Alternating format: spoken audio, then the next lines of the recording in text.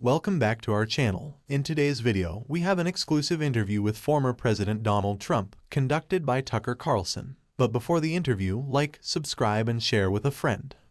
Do you think Biden will stay in the race? Look, I watch him just like you do, and I think it's almost inappropriate for me to say it, but I deal with other people. I don't see how it's possible. And it's not an age thing. You know, like I say, I have friends that are 88, 89, 92. Bernie Marcus, Home Depot, is 95. He's smart as hell. He's sharp as he was.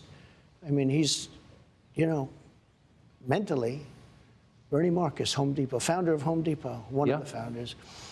I mean, I had a meeting with him a few months ago. He was 100%.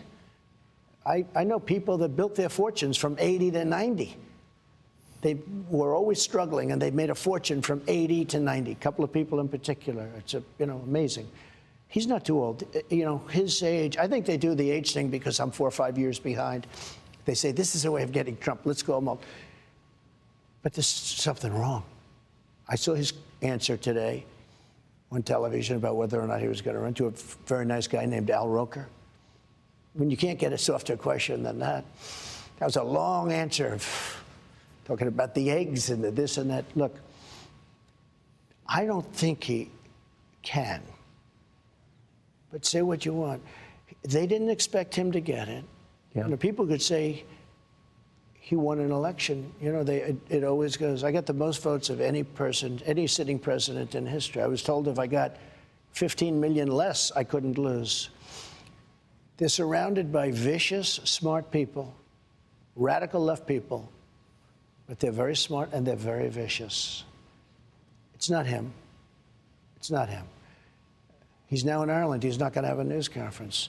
When the world is exploding, I own property in Ireland. I'm not going to Ireland. The world is exploding around us. You could end up in a third world war, and this guy's going to be in Ireland and not having a news conference. He hasn't had a news conference, I guess, in months. I saw today where he hasn't. It's been. Well, he can't. So if he doesn't run, if he's taken out by his own party, or who knows what happens, but it doesn't seem like he's capable of running again, who does run? Well, obviously the one that they would talk about would be the vice president, Kamala. That would be the one that they talk about. But I don't think she's performed well on the big stage. I mean, maybe I'm wrong. But there are a certain group of people that will go crazy if it's not her. They're going to be very angry if it's not her. That's a problem. You have a very ambitious guy in California, but he's done a terrible job with the state. I used to get along great with him, you know, when I was president. I got along really good, Gavin. Well, you got along with Gavin Newsom? I did. I really did. He was always very nice to me. He said the greatest things. He would say things like he's doing a great job. Oh, he was very nice. About you? About me. That's why I could never hit him, because he was so nice to me. It's just laying in wait, right? But I could, you know, he was very nice to me. And relatively speaking, some of them weren't. We did a good job for the governors. But they talk about him. They talk about some others. I just don't see Biden doing it from a physical or a mental standpoint. Yes. I don't see it. But it's been a crazy period of time in the world of politics. But he's surrounded by people. You know, they expected Bernie to win. Now, Bernie's older than Biden, you know, whether you like him or not. He's sharp. I watched him being interviewed the other day. He's 100% sharp. He hasn't lost much, if anything, Bernie Sanders. But, you know, he's older. So it's not an age thing. I just don't see him. So they're trying to prevent you from making it to the general election by tying you up in lawsuits, charging you with crimes. You've described the process. The old Soviet process. The old Soviet process. And you've described it as illegitimate. If this goes to trial and you get convicted, like, how would you respond in the middle of a presidential campaign? Well, how would it's you respond? so off. Statute of limitations are years off. It's hard to believe. You know, usually when you have something like this, the Democrats say, oh, he's terrible, guilty. The Democrats have even said, I'm innocent. I watched some of these. I think it was Andrew McCabe, the FBI guy who I fired. He came out, he said, they've got no case. They've all come out and said it. And then you've had Andrew McCarthy, you've had Jonathan Turley, Greg Jarrett, Dershowitz, all of them, everybody, like, and they're, you know, down the middle people. They see it, they say, there's no crime, there's no anything. Think of it, Tucker, I've been through 7 years of bull investigations, 7 years.